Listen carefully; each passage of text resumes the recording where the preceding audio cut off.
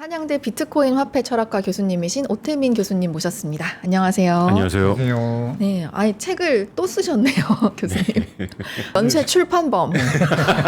한 달에 한 권씩 앞으로 3권 더 나옵니다. 한 달에 한 권씩요? 네네. 책 제목이 이더리움 없는 미래는 없다거든요. 근데 오태민 교수님 같은 경우는 비트코인 맥시멀리스트로 네. 되게 잘 알려져 있으시잖아요. 네. 예, 저는 비트코인 맥시로 분류가 됐었는데 네. 한양대학교 비트코인 화폐철학과에서 이제 3학기째 학생들과 공부를 하다 보니 네. 이제 젊은 학생들은 비트코인보다는 이쪽 디파이 쪽에 다들 투자도 하고 있고 공부를 하고 있어요. 아, 그래서 학생들하고 계속 이제 한 학기 동안 이 문제를 스터디를 하다 보니 네. 제가 배운 것도 많고 그리고 비트코인도 재밌는데 네. 이더리움은 훨씬 더 재밌습니다. 오, 그래요? 굉장히 다이내믹해요, 이더리움 쪽이. 아, 이 책이 지금 오태민 작가님과 세 분이 네, 같이 지음으로 되어 있는데 네, 아마 공저. 이제 저번 책도 그렇죠. RWA 이 책도 대학원생들이랑 같이 쓰셨다고 했고 이 책도 그런 케이스인 것 같습니다. 네, 맞습니다. 네. 이게 미래는 없다 시리즈인가요? 계속 뭐뭐가 없다면 미래는 없다. 그렇죠. 비트코인 없는 미래는 없다를 학생들하고 썼고 자산 토큰 없는 미래는 없다를 또 학생들하고 썼고 이더리움 없는 미래는 없다를 학생들하고 썼습니다. 네. 야, 무서운 이게- 제목을. 네. 근데 어쨌든 이게 이더리움을 좀 출판 수준으로 좀 깊게 얘기하시는 건 이번이 처음이죠. 그렇죠. 네. 네. 아, 뭐 계기가 학생들이랑 대화를 하면서 좀 본인도 중요한 것 같다라는 거를 느끼셨다고 짧게 설명해 주셨는데 네. 어떤 부분이 좀 그렇게 느껴졌을까요? 저는 사실 비탈부테린하고 인연이 깊습니다. 네. 2014년도에 비탈부테린이 19살 때 한국에 방한했습니다. 킨텍스에서 열린 비트코인 인사이드라는 우리나라 최초의 크립토 컨퍼런스였는데요. 네. 12명의 연사들 중에 저도 이제 껴 있었었는데 오. 비탈릭 그분이 이제 19살인데 3번의 섹션을 맡아서 굉장히 많은 이야기를 했는데 가장 제가 기억에 남는 게 비트코인이 그 당시 40만 원이었거든요. 네. 비트코인 너무 비싸서 쓸 수가 없다는 거예요. 그래서 예. 이더리움을 코드는 있고 나오기 전인데 이더리움이 왜 무한 발행 시스템인지를 설득을 한 거죠. 이게 사용하려면 가스비가 안 올라야 되고 그래야 사용성이 있다 이런 식으로 이제 얘기를 하면서 스마트 콘트랙 얘기해서 네. 그때 이더리움을 1,000원이면 살 수 있었습니다. 근데 제 제자들이 사겠다는 거 제가 말렸죠. 야, 창시자가 싼 코인을 만들겠다는데 왜 사냐. 그래서 제가 그때 안 샀어요. 아, 사셨어야 되는데. 네, 그때 1,000원대 샀어야 되는데 네. 네. 저만 안 산 게 아니라 제 주변을 제가 쑥대밭으로 만들었거든요. 못 사게. 네. 그러다가 제가 2018년도에 가만히 고민을 해보니까 이더리움이 없어질 것 같지는 않고 이더리움은 갬블링이라고 할 수 있는데 어떤 그런 도박에 최적화되어 있다라는 제가 결론을 내렸습니다. 그래서 저도 20만 원대 그 당시 많이 떨어져 있었어요. 이더리움이. 네. 20만 원대 이제 들어가면서 공부하는 사람으로서 이제 회심을 그때 한번 했고요. 네. 그 다음부터는 이더리움이냐 빅테크냐라는 이제 맥락을 가지고 관찰을 하고 있었습니다. 왜냐하면 이더리움이 할 수 있는 거는 빅테크들이 다 할 수 있거든요. 비트코인은 좀 다르고. 그렇죠. 네. 그런데 빅테크들이 좀 지지부진했고 특히 바이든 정부에서 이 크립토가 국가안보 문제로 뜨면서 빅테크들이 모든 발표를 중단했습니다. 그러면서 한 2년 정도 시간을 허비했고요. 그리고 나서 지난해 학생들하고 이더리움을 공부하면서 저는 사실상 결론을 내리고 있습니다. 이 표준화 전쟁에서 플랫폼 표준화 전쟁에서 비트코인도 아니고 빅테크도 아니고 이더리움이 이겼다라는 결론을 내려서 이거는 좀 빨리 알릴 필요가 있다 해서 이제 제 채널에서도 여러 번 얘기를 하고 이제 이 책을 썼는데 타이밍이 안 좋았죠. 작년 말에 제가 이더리움 사라고는 안 했어요. 네. 이더리움을 강조했지. 아, 그래서 네. 비트코인 팔아서 이더리움으로 옮긴 분들이 지금 저를 완전히 원망하고 있죠. 아이고, 큰일 났네. 아니 근데 뭐 떨어지기는 같이 떨어졌으니까요. 네. 이더리움이 약간 더 떨어지긴 했습니다만 어쨌든 하락장이 왔으니까 뭐 그건 어쩔 수 없는 거고. 네, 맞습니다. 이 책에서 보니까 비트코인은 규칙을 바꿀 수 없는 디지털 금이다. 근데 이더리움은 새로운 금융 시스템의 실험장이다. 또 이렇게 얘기를 하셨는데 그러면 지금 크립토 시장에서 죄송합니다. 그러면 지금 크립토 시장에서 이더리움의 본질을 어떻게 좀 정의를 내려야 될지 궁금합니다. 아주 재미있는 질문이라고 생각합니다. 네. 사실 비트코인은 자산의 성격이 강하지 않습니까? 네. 비트코인이 좀 독특한 게 플랫폼 이름하고 그 플랫폼의 거버넌스 코인 이름이 같아요. 비트코인, 비트코인이거든요. 네. 근데 이더리움은 뭐 김동환 대표 너무 잘 아시겠지만 플랫폼은 이더리움이고 코인은 이더입니다. 그렇죠. 근데 우리가 통칭을 해서 뭐 이더리움 하는데 사실 이더거든요. 그래서 이더와 이더리움은 다른 건데 그 다른 프로젝트들은 이게 완전히 구별이 많이 됩니다. 근데 플랫폼으로서 정의를 내려야 된다라고 생각을 하고요. 어떤 플랫폼이냐? 이게 진짜 미묘한 건데요. 제 딸아이가 바이올린을 연주했거든요. 네. 그래서 제가 옆에서 바이올린 연주하는 거 보니까 이 기타처럼 분명하게 이렇게 잡는 데가 있는 게 아니더라고요. 맞아요. 아주 미묘하게 이거를 잡아야 되는 거고 그게 또 실력이더라고요. 그쵸. 왼손의 마법이던데 저는 도저히 못하겠더라고요. 근데 이더리움을 우리가 판단할 때 미국을 생각해야 됩니다. 오늘 그 얘기를 드리러 왔는데 미국 입장에서 이게 지금 금융의 대전환기가 지금 오거든요. 그래서 우리가 지금 뭐 삼성전자와 하이닉스 때문에 지금 크립토를 얘기할 분위기도 아니고 그리고 오늘은 더 떨어지고 있습니다. 그래서 참 우리가 예, 마스크하고 다녀야 되는데요. 밖에 아유. 네. 그런데 이 금융의 대전환을 생각하면 네. 지금 이 크립토를 굉장히 강조해야 되는 거거든요.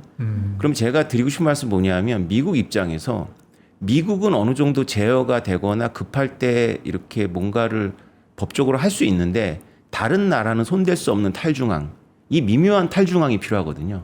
아, 그 미묘한 탈중앙에 딱 지금 맞는 게 이더리움이에요. 미묘한 탈중앙. 저게 그렇죠. 무슨 말씀이냐면 네.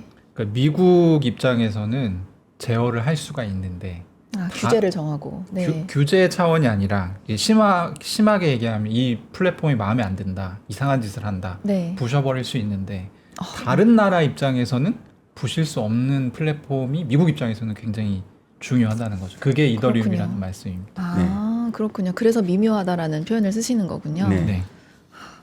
근데 그렇게 미묘한 플랫폼을 만드는 가장 최종 목적은 뭐죠?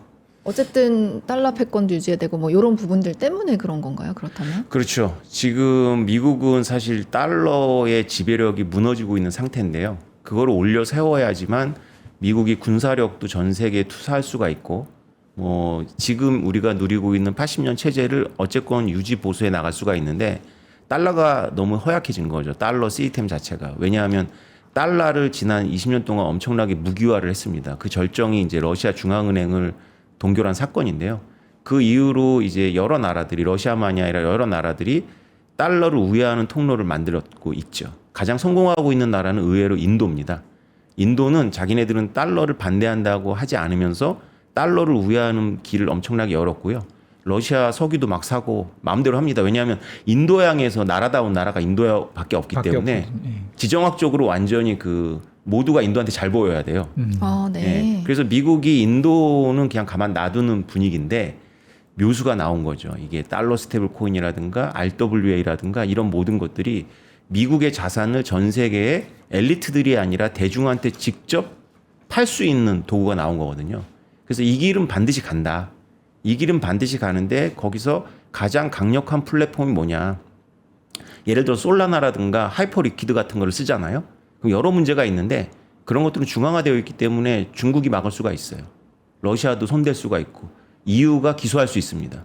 근데 이더리움 정도 탈중앙이 되면 전 세계 100만 개의 검증 노드가 있거든요. 못 막아요. 근데 미국은 이걸 할 수 있다는 자신감을 갖고 있는 것 같아요. 근데 한편 비트코인은 어떠냐? 비트코인은 미국이 방어적으로 지금 제도화를 시키고 있는데 비트코인을 모두 개인이 소유한다면 미국도 못 막습니다.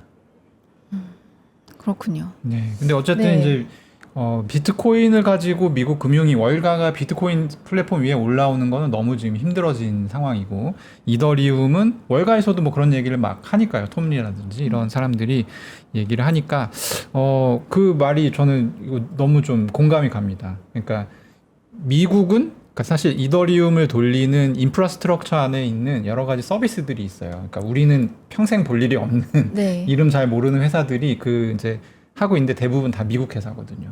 그래서 이제 그렇군요. 어떤 측면에서는 이 리쇼어링이 되어 있습니다. 미국 안에 이 회사들이 다 들어가 있기 때문에 이미 네. 그런 측면에서 미국 안보를 보는 어떤 그런 관점에서 보면 이거는 합리적인 추론인 것 같습니다. 제가 볼 때는.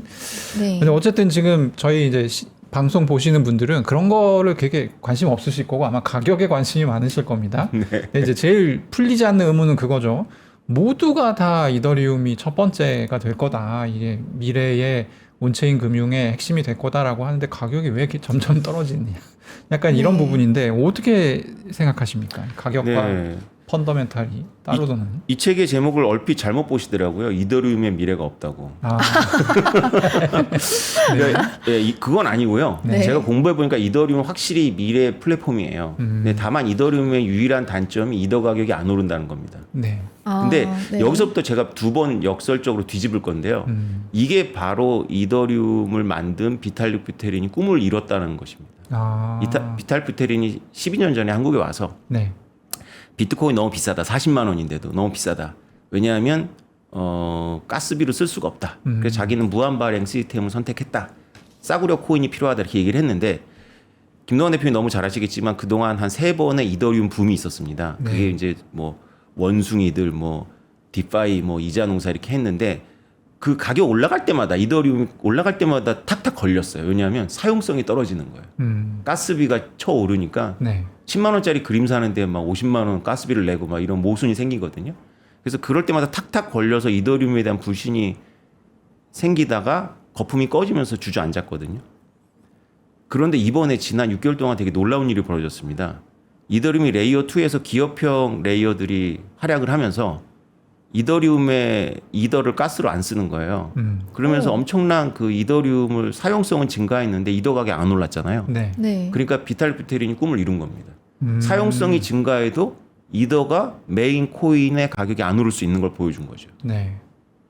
근데 좀 얄밉다. 막 꿈을 이뤘다고 하면서 그럼 미리 좀 알려주지. 알려주긴 했네요. 뭐 그 12년 비탈 전에도. 부테린 사실 계속 얘기했어요. 그러네요. 계속 얘기했네요. 나는 이더리움 가격에 관심 없다고. 말을 안 들은 네. 내가 잘못이네. 네, 알겠습니다.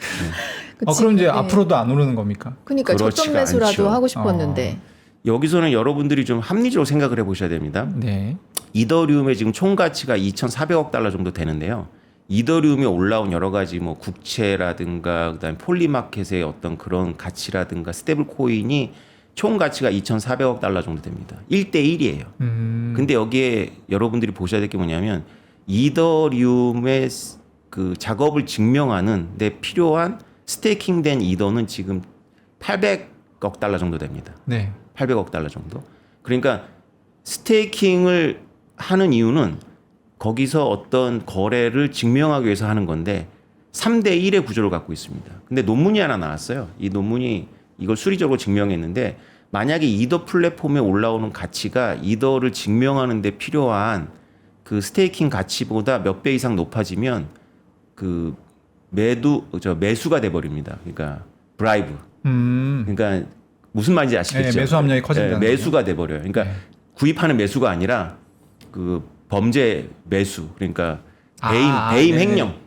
예, 무슨 말인지 알겠습니다. 네네. 네. 그러니까 이런 얘기죠. 애플 주식이 토큰화돼서 이더리움에서 올라왔는데 어떤 스마트 콘트랙에 의해 가지고 애플 주식을 많이 왕창 잃게 된 사람이 그 여러 가지 검증자들을 다 매수해 버리는 건 니네들이 슬래싱 때문에 이더를 스테이킹한 거 다 잃어버리더라도 내가 한 번에 10배를 갚아줄게 하면 정직하게 행동을 하지 않고 부정직하게 행동을 하는 거죠. 뇌물에 이제 당해버리는 거예요. 이건 근데 되게 합리적인 거거든요. 그러니까 여러분들이 지금 선택하셔야 돼요. 뭘 선택하냐면 월가의 자산이 토큰화 돼갖고 올라올 플랫폼이 필요한데 그거는 월가의 자산을 거의 따라가는 가치를 갖고 있는 플랫폼이 있어야 되는 거예요. 네. 만약에 이 플랫폼의 총 가치하고 월가의 자산의 갭이 너무 크다면 탈중앙화된 방식으로는 이 스마트 컨트랙 검증자들 할 수가 없어요. 김남 대표님 이해가 되셨죠? 네네네. 네. 그러면 결국엔 이더리움 플랫폼을 써야 된다. 아니 뭐 이더리움이 네. 아니다 다른 게 뭐 다른 그만큼의 거라도. 가치가 올라오겠죠. 네. 근데 지금 후보자들을 보면 이더리움밖에 없거든요. 그러니까 이더리움 보세요. 비탈 부테린이 12년 전에 외쳤던 거 가스비가 안 올라야 된다. 사용성을 증가시키려면. 네. 그래서 그걸 지금 증명했지 않습니까? 그러면 이 가격이 지금 성숙한 가격은 안 돼요. 왜냐하면 지금 왕창 RWA로 들어오려고 준비하고 있거든요. 참고로 나스닥의 총가치가 35조 달러 정도 됩니다. 조 단위예요. 네. 그런 것들의 절반만 가치로 올라오면 이더리움이 이런 그런 계약을 체결하는 검증자가 되려면 적어도 5분의 1까지 따라 올라야 됩니다. 저는 지금 청기 누설 했습니다. 그러면 약간의 저점 매수가 가능한 시점이긴 한 거네요. 그렇죠. 그러니까 이더리움이 아니라 다른 체인이라도 가격을 못 따라가면 기능을 할 수가 없어요. 네. 전부 중앙화돼야 됩니다. 네. 그래서 여기 실시간 댓글 보면 네. 그래서 이더리움이 싸다는 건가요? 그러니까 결국엔 계속 같은 질문을 던지고 계시는 그러니까 이걸 것 어떻게 같은데. 생각하셔야 되냐면 네. 제가 예전에 테라루나 저희는 또 이제 익숙하잖아요. 네, 그럼요. 당시에 이제 테라루나 사태 때 이제 그 악순환이 켜지면서 일주일 만에 코인 가격이 그냥 증발해 버렸거든요. 네. 증발했던 결정적인 트리거가 뭐였냐면 계기가 뭐였냐면 그러니까 테라와 루나는 알고리즘 스테이블 코인이기 때문에 사실 네. 그러니까 루나하고 그 UST라고 하는 스테이블 코인이 상관이 없다라고 생각했어요, 사람들이. 근데 그게 아니었던 거야. 이게 큰 틀에서 보면 네. 루나라고 하는 알트코인의 시가총액이 네. 이 UST라고 하는 알고리즘 스테이블 코인의 시가총액을 담보하고 있었던 거예요. 네. 그래서 이 UST의 시가총액이 더 커지는 순간 혹은 루나의 시가총액이 더 낮아지는 순간, 네. 그러니까 이 둘은 상호작용을 하면서 이 스테이블 코인의 가치를 유지하게 되는데 담보가 더 작아지면 이거를 유지가 안 유직을 되죠. 해줄 수가 없잖아요. 그렇죠. 그러니까 이걸 빠르게 간파한 공격자들이 그때부터 팔기 시작하거든요.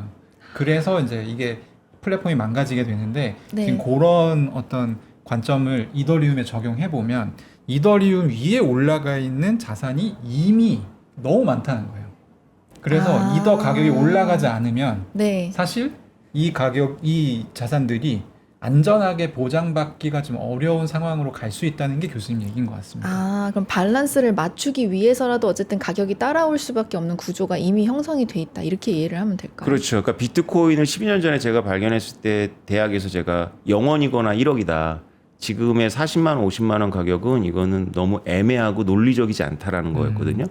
네. 이더리움도 마찬가지입니다. 그러니까 이더리움이 RWA의 플랫폼이 되면 지금보다 10배 가격이 올라가든지 아니면 RWA 플랫폼이라는 거는 없는 건지. 왜냐하면 이더가 아니면 솔라나라도 올라가야 되거든요. 솔라나라든가 네. 하이퍼리퀴드 같은데 자산들이 안 올라가는 이유가 총가치가 아직 너무 낮아서 그래요.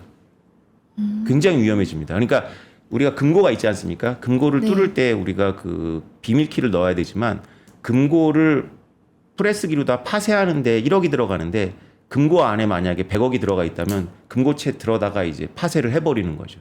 그렇죠. 그래서 금고 안에 내용물하고 금고를 뚫어버리는 파쇄하는데 프레스의 에너지하고 비례해야 되거든요. 이게 탈중앙에서 굉장히 중요한 물리적 법칙입니다. 그거는 못 벗어나요. 비트코인도 이더리움도. 근데 비트코인은 자산이 비트코인이 유일하잖아요. 근데 이더리움은 이더만 있는 것이 아니라 보호해야 될 자산이 이더만 있는 게 아니라 거기에 부과돼서 올라오는 나스닥이 있거든요. 그래서 이더 가치는 올라가야 돼요. 논리적으로. 그렇군요. 네, 그러니까 이제 이게 지금 이해됐습니다. 저도 네. 이게 되게 신선한 관점인데 네. 어차피 지금 나스닥이니 뭐 월가의 주요한 어떤 플레이어들이 지금 그 토큰 주식 토큰화를 다 한다고 하고 있잖아요. 네. 그러면 이제 사실 블록체인 그게 어느 블록체인인지 알 수 없습니다만 블록체인 위에 올라가는 그 자산의 가치가 기하급수적이 될 거거든요. 근데 지금 그 월가 사람들이 생각하는 거는 이 플랫폼, 이 네트워크의 유지비는 생각 안 하고 있어요. 근데 이게 블록체인이라고 해서 유지비가 없는 게 아니라 분명히 존재한다는 거죠. 그러니까 역사적으로도 그 부분이 해결이 되지 않으면 상당히 문제가 많이 발생해 왔고, 근데 그 부분을 굉장히 예리하게 짚으신 것 같습니다. 그래서 이더리움 가격이 올라가거나 아니면 뭐 경우의 수이겠습니다만 또 다른 RWA 전문 플랫폼이 중앙화된 방식으로 이제 튀어나오거나 둘 중에 하나겠네요. 근데 네. 어쨌든 이제 스테이블 코인이라는 매개를 선택을 한 순간 어느 정도 탈중앙성 가져가겠다는 얘기이기 때문에 이더리움 쪽이 가능성이 높다 이렇게 해석하신 것 같습니다. 네. 그렇군요. 이제 좀 이해가 되네요. 네. 네.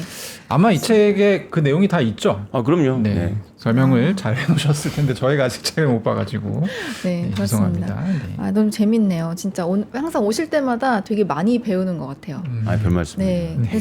그래서 또 여쭤보고 싶은 게 클래리티 법안 관련해서 여쭤보고 싶거든요. 근데 이게 금방 진행이 될 줄 알았는데 또 이렇게 계속 장애물이 있고 그런 상황인데 이 클래리티 법안만 좀 통과가 되면은 이제 제도와 흐름의 약간 마지막 퍼즐 같은 느낌으로 이게 완성이 되는 건지 아니면 그 이후에도 또 다른 퍼즐 조각들이 계속 이어져 나가야 되는 건지 그런 것들이 좀 궁금하거든요. 네, 클래리티 법안에서 여기 지금 우리 크립토 플러스에서도 이제 박상현 편집장이랑 저도 보는데 많은 이야기들 하셨잖아요. 그러니까 네. 뭐 이자 주는 거, 그 다음에 뭐 그 CFTC랑 뭐 SEC 업무 분장하는 거, 뭐 이런 것들이 이제 클리어 해주는데 한 가지 이제 덜 강조됐다고 제가 생각하는 게 뭐냐면 엘리자베스 워런이 세게 이제 브레이크를 건 게 면책 조항이에요. 면책 조항이 뭐냐면은 BRCA라 그래가지고 블록체인 레귤레이션 서튼티 액트가 이 클래리티 법안에 포함되어 있는데 프로그래머하고 코더들은 면책해 주자. 뭐에 대해서 면책해 주냐면은 이제 자금 이송업에 대해서 면책해 주자라는 거예요. 뭐 우리 김동완 대표님이 너무 잘 아시는 사건인데 토네이도 캐시 사건이 일어났을 때 네. 미국 정부 OFAC가 토네이도 캐시라는 프로그램을 동결하고 그거의 개발자 로만 톰 스톰 씨를 이제 기소했어요. 그래서 네. 두 가지인데 하나는 자금 세탁, 하나는 무허가 자금 영업업인데 이 로만 스톰 씨는 자금 세탁을 한 적도 없고 그 자금 이송업을 한 적도 없어요. 그런데 그렇게 이용되는 토네이도 캐시를 만들었다는 걸로 해서 무허가 자금 이송법은 유죄가 나왔고요. 그 다음에 자금 세탁은 이제 무편결이 나와서 이제 트럼프가 중단을 시킨 것 같은데 이번에 이 업계에서 야 미국이 두바이로 인재를 뺏기지 않으려면 이게 다 전부 이더리움 개발자들 이야기입니다. 네. 이더리움 개발자들이 두바이로 가지 않고 미국에서 개발을 하려면 면책 조항 만들어 줘야 돼 해서 클래리티 법안에 넣었어요. 근데 이게 눈 좋은 엘리자베스 워런한테 딱 걸린 거예요. 그래가지고 계속 시비를 걸고 있습니다. 그래가지고 면책 조항 삭제, 그 다음에 맨스레아라 그래서 법률 용어인데 네가 아무리 코더라도 알고 했으면 너 유죄. 근데 내가 몰랐다는 거 증명은 이제 내가 해야 되는 거죠. 맞아요. 근데 몰랐다는 거 증명이 제일 어렵습니다. 그렇죠. 그렇죠. 몰랐다는 거 어떻게 증명합니까? 맞아요. 맨즈레아가 이제 의도라는 뜻이잖아요. 네. 그래서 법정 용어인데 근데 거기서 또 그렇게 그 의도를 좀 얘기하는 거는 가장 어려운 일이죠. 특히 안 했을 경우에는. 그렇죠. 그래서 이 엘리자베스 워런이 발의한 그 무리들이 발의한 법은 지금 다 부결됐는데 본회의 가려면 이걸 부결시킨 분들의 표도 필요하대요. 그러니까 이제 면책 조항 가지고 이제 이게 아주 세밀한 정리가 들어가는데 우리가 이자 금지라든가 모든 게 이 면책 조항과 관련이 있습니다. 이자 조항을 왜 이렇게 은행권이 요구하냐면 이자 조항 딱 문자만 딱 들어가면 이제 엄청나게 손배를 하려고 하거든요. 그러니까 디파이 개발자들한테. 네. 그 디파이 개발자 겁나는 거예요. 자기가 만든 걸 가지고 그러니까 내가 망치 만들었는데 누가 내 망치 가지고 살인했어. 저를 살인죄를 기소한다는 거예요. 나 망치 개발자인데. 그래서 이 면책 조항이 제일 중요해요. 그래서 만약에 이 법이 이 디파이 쪽의 의견대로 면책 조항이 무사히 통과를 해서 우리가 생각하기에 합리적으로 코더가 아주 작정하고 만든 게 아니라 조금만 이렇게 그 면책 사유만 돼도 기소 자체가 안 되는 식으로 되면 두바이나 이렇게 갔던 이더리움 개발자들이 전부 미국 와서 개발하겠죠. 근데 그게 트럼프 정부가 원하는 거거든요. 아까 김남환 대표님 너무 잘 설명했지만 이더리움 플랫폼 자체는 비트코인만큼이나 탈중앙화 되어 있기 때문에 미국이 직접 손 못 대요. 근데 이더리움에서 돌아가는 수많은 그 어플리케이션들 전부 미국 회사거나 미국이 손댈 수 있는 영역에 있거든요. 네. 더 많은 그런 물리적인 회사들이 미국에 있어야 되거든요. 그럼 이 면책 조항이 통과가 돼야 됩니다. 그래도 저 개인적으로는 그냥 제가 생각했을 때는 이제 제가 미국에서 왔으니까 면책 조항은 그래도 통과될 확률이 조금 있지 않을까 생각이 들거든요. 왜냐하면 뭐 그 수많은 플랫폼들이나 다양한 곳에서도 면책 조항은 늘 있어 왔던 것이기 때문에 아, 네. 뭐 새로운 뭐 그런 아이디어는 전혀 아니거든요. 뭐 예를 들어 뭐 유튜브 같은 곳에 누군가가 이제 안 좋은 영상을 올렸다고 해서 유튜브가 그걸 뭐 묵인하고 놔두면 문제겠지만 그걸 빠른 시일 내에 처리를 해버리면 괜찮다라는 이제 면책 조항이 있는 거잖아요. 법적으로도. 네. 그래서 분명히 이런 부분은 어떻게든 잘 되지 않을까 저는 생각을 하고 있고 엘리자베스 워렌이 내년까지인가요? 그렇죠. 이번이 아쉽네요. 이제 네. 예. 내년까지죠. 네. 내년까지. 지금 변호사님 말씀하신 네. 바로 그 내용이에요. 그래서 엘리자베스 워런이 핀센이 직접 프로그램을 심사해 갖고 내리라고 지시할 수 있는 거를 또 넣었어요. 근데 부결됐지만 네. 그럼 이제 이렇게 되는 겁니다. 핀센이 어떤 이더리움의 이상한 어플리케이션이 나와서 암살 도박이 있어요. 누가 죽으면 이제 베팅하는 거. 도덕적이지 않잖아요. 그럼요. 네. 그걸 이제 이더리움 재단한테 얘기하는 거죠. 막으라고. 이더리움 재단은 난감한 겁니다. 그거 못 막거든요. 그럼 이더리움 재단이 이제 기소해 버리는 거죠. 이런 거 이제 일어나면 안 네네. 되는 겁니다. 예. 그렇군요. 네. 그럼 어쨌든 종합적으로 봤을 때는 그 내용이 굉장히 중요하다라는 생각이시고 지니어스 법안은 지니어스 법안이 지금 클래리티 법안은 통과가 될 가능성이 높다라고 보고 계신 거네요, 여전히. 예, 저는 뭐 제가 이제 다음에 쓰는 나올 책이 이제 미국의 의지에 관련한 건데 네. 이 크립토는 우리가 이렇게 삼성전자, 하이닉스의 광풍 속에서도 왜 이렇게 떨어지는데 크립토를 공부해야 되냐면 이건 하나의 종목이 아니라 이 지정학적 변화의 핵심이거든요. 그래서 이게 트럼프와 이 피터 틸이 중심이 된 페이팔 사단이 크립토를 밀고 있는 것을 그런 그냥 일반적인 경제적인 문제로 생각하시면 안 됩니다. 이거는 굉장히 강력한 의지예요. 그래가지고 연내가 될 가능성이 높겠지만 어쨌건 그래도 힘이 있을 때 추진할 거라고 보는데 물론 이제 은행들의 저항이 되게 거세서 타협의 여지는 있지만 통과를 해야지만 미국도 지금 그 지정학적인 그런 의도에 맞게 미국의 금융을 재편할 수 있거든요. 아, 그렇군요. 이제 또 자산 토큰화 시장을 두고 이제 솔라나 같은 후발주자들이 어쨌든 추격을 계속 하고 있잖아요. 아까 말씀도 주셨지만 아직은 생각보다 크지 않지만 뭐 미래엔 또 어떨지 모르니까. 근데 어떤 분들은 솔라나가 더 빠르고 싸니까 이더리움을 이제 대체를 분명히 할 것이다 이렇게 생각하시는 분들도 분명히 있거든요. 그럼 결국에는 그래도 이더리움 쪽이다라고 보시는 걸까요, 작가님? 그렇죠. 효율만 보면 중앙화된 시스템이 제일 빠릅니다. 그러니까 빠르다는 거는 그만큼 중앙화되어 있다라고 해도 과언은 아닌데 아까 말씀드렸듯이 자산을 운영하는 쪽에서 볼 때는 플랫폼의 가치가 높아야지만 맡길 수 있거든요. 근데 솔라나하고 이더리움 비교할 수 없도록 차이가 많이 나요. 그리고 실제 지금 RWA에서 시장 점유율도 솔라나는 한 자릿수거든요. 근데 이더리움 벌써 60%가 넘어갔습니다. 그러니까 이게 약간 이제 경로 우존이라 그래갖고 이더리움이 왜 지배적이냐면 이더리움이 지배적이었기 때문에 그런 거예요. 이더리움이 지배적이니까 앞으로도 지배적이 돼야 돼요. 왜냐하면 내가 어떤 채권이나 중요한 자산을 토큰화할 때 이더리움이라는 튼튼한 금고 위에서 하려면 남들이 이더리움을 선택해야지만 되는 거거든요. 왜냐하면 그래야지만 이더리움을 브로큰 해갖고 이제 그 부정적인 방법으로 이렇게 스마트 콘치로 왜곡할 그 물리적인 힘이 딸리거든요. 근데 솔라나 같은 거는 엄청난 가치를 올려놓으면 솔라나 전체에서 상당 부분은 상위에 집중되어 있기 때문에 금방 매수가 됩니다. 논리적으로는. 노드 자체가 이제 뭐 1000개 정도? 네, 1200개 정도 됩니다. 안 되기 때문에 또 그 이제 사실 그렇게 그런 일이 벌어지진 않았거든요. 그러니까 이 사람들끼리 이렇게 뭐랄까요, 담합해가지고 블록체인 막 내용을 바꾸고 네. 이런 걸 하진 않았는데 이제 항상 경계하고 있는 거죠. 저희는 컨셉적으로 그걸 막기 위해서 여러 가지 어떤 이제 장치들을 블록체인 위에 마련을 네. 해왔으니까 그런 이제 부정적인 행동, 나쁜 행동을 어떻게 하면 막을 수 있을 것이냐가 한 6년, 7년 전에 계속 저희가 이제 이렇게 생각을 했었던 부분이기 때문에 네. 어쨌든 솔라나보다는 이더리움 쪽이 훨씬 가능성이 높다. 그래서 저희 댓글에도 이제 몇 개 그런 게 올라와요. 이제 아무래도 작가님이 설득력이 좋다 보니까 이더리움 사야 되나?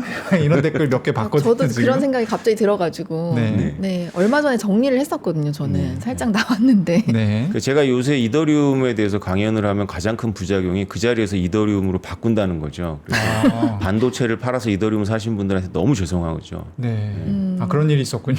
네, 저도 김동완 대표님이 얼마 전에 나온 영상 보면서 저게 맞다고 생각해요. 그러니까 AI나 반도체가 일단 꺾여야 여기가 숨을 쉬지. 지금 뭐 유동성이 뭐 반도체 AI 그렇군요.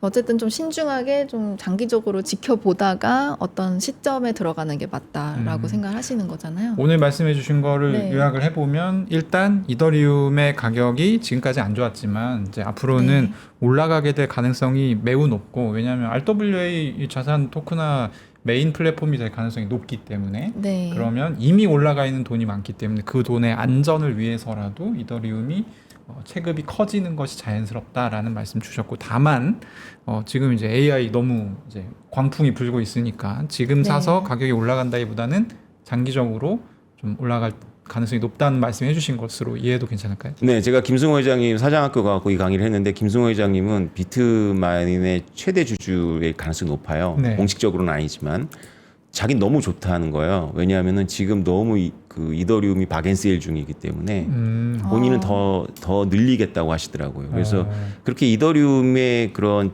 그 금융 대전환기의 플랫폼의 표준화 전쟁을 이해하시는 분들한테는 이더리움이 지금 말도 안 되는 낮은 가격이라고 보이는 거죠.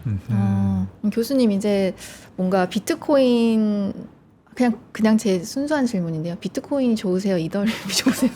아, 뭐가 약간 이제는 원픽이세요? 아, 지금 현 시점에서. 저는 원픽은 아니고요. 늘 네. 이더리움 비트코인이 절반은 돼야 되고 네. 나머지 25%는 이더리움, 나머지 25%는 자기들이 그래도 해보고 싶은 거 아. 하라는 게 이제 저의 기본적인 그 스테이터스인데 네. 제가 올해는 원래 왜 이더리움을 이렇게 강조하냐면 올해 2026년이 비트코인의 계절상 너무 안 좋은 해예요. 아, 오늘도 그렇군요. 보시면 아시겠지만 네. 그래서 비트코인은 힘이 없어요. 이 이더리움이 치고 가기를 바라는 마음으로 이제 이더리움이 이제 좀 견인을 하라 이러는 건데 제가 올해 이더리움을 그렇게 하면서 느낀 건 뭐냐면 비트코인은 이 세계 사우론의 눈이다. 반제지향에 보면 그 악마의 탑에 사우론의 눈이 있잖아요. 네. 그게 이제 밝아야 그 악마의 세력들이 힘이 있고 그게 이제 어두워지면 악마의 세력이 힘을 잃거든요. 네. 비트코인이 악마라는 뜻은 아니지만 비트코인이 사우론의 눈이에요. 그리고 이제 이더리움은 최전방에서 싸우는 이제 그런 네. 하는 건데 비트코인이 이렇게 희미하잖아요. 그러면 다 힘이 없어요. 비트코인은 그럼 연말까지는 그래도 힘이 할까요? 아니면 저는 좀 하반기 좋아질 좋을까요? 거라고 보고 있습니다. 하반기. 아. 네. 그나마 좀 좋은 소식이네요. 저희 이제 사실 시황 때는 좀 하반기까지도 힘이 없을 수 있다라는 이야기를 주로 다뤘었거든요. 네. 저는 뭐 아까 봤지만 뭐 16만 달러, 15만 달러는 뭐 너무 올해는 힘들고 올해는 10만 달러만 회복해도 사람들의 분위기는 싹 바뀔 거다. 비트코인이 10만 달러를 회복하면 이더리움이 본격적으로 가속 페달 밟을 것 같다라고 생각하고 있습니다. 네. 그렇군요. 네. 지금 가격으로 10만 달러 가면 이제 50% 상승인 거니까요. 네. 네. 좋습니다. 네. 오늘 오태민 교수님 모시고 이더리움의 이더리움 없는 미래는 없다 책도 쓰셔가지고 관련해서 내용 좀 다뤄봤습니다. 네, 감사합니다, 교수님. 감사합니다. 감사합니다.